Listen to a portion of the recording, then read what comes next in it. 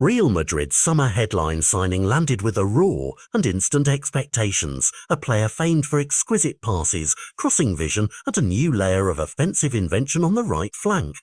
Yet barely months into his tenure, those bright headlines feel fragile. The arrival has become a dilemma. In the wake of a shaky La Liga start, a blunt message landed from one of the club's most influential voices: change your mindset or lose your place. That ultimatum has turned what should be a training room puzzle into a story that threatens to shape this season's identity.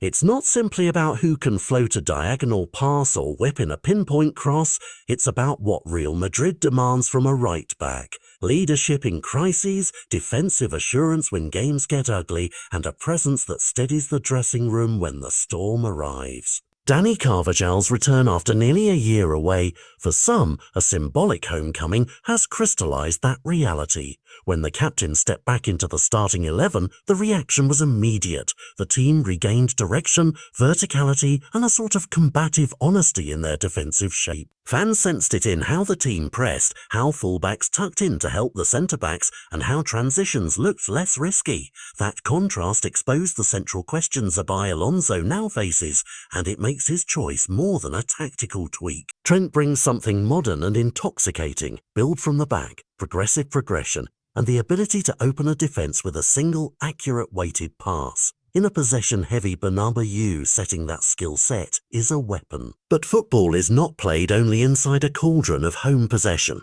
Away fixtures, European nights, and ugly 1-0 battles demand a different temperament. Carvajal's return resurrected a veteran energy, the kind of grit that can hold a line, marshal teammates, and harden a defence when the scoreboard reads against you.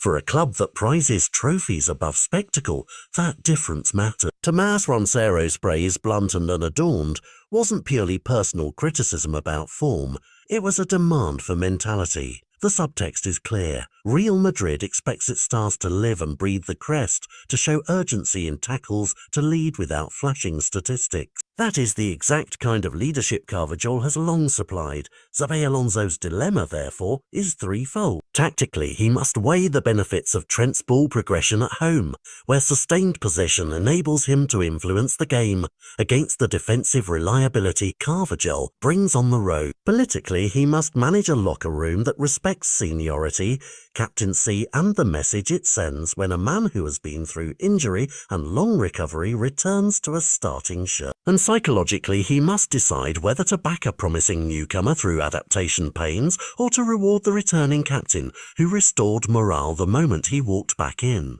The possible outcomes are distinct, and each carries consequence. If Trent is given a definitive home-only role, Madrid will have an explosive weapon in specific matches, but a clear tactical weakness that opponents can exploit in away fixtures. If Trent is benched until he rediscovers defensive focus, he risks losing confidence and momentum that justified his signing in the first place. If Carvajal re-establishes himself permanently, the club reaffirms legacy and leadership that might sacrifice some of the progressive spark the team had envisioned.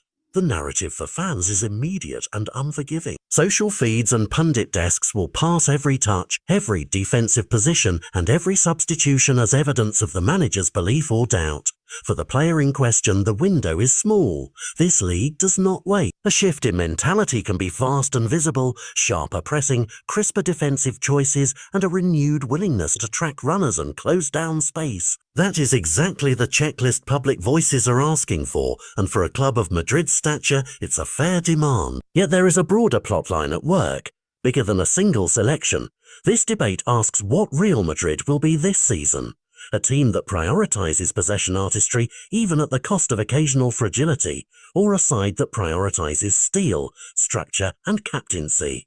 The answer will affect how Alonso picks his 11, how opponents plan, and how the dressing room aligns by mid-season. For neutrals, it's a fascinating study of modern football's trade-offs. For Madridistas, it's an emotional litmus test about identity.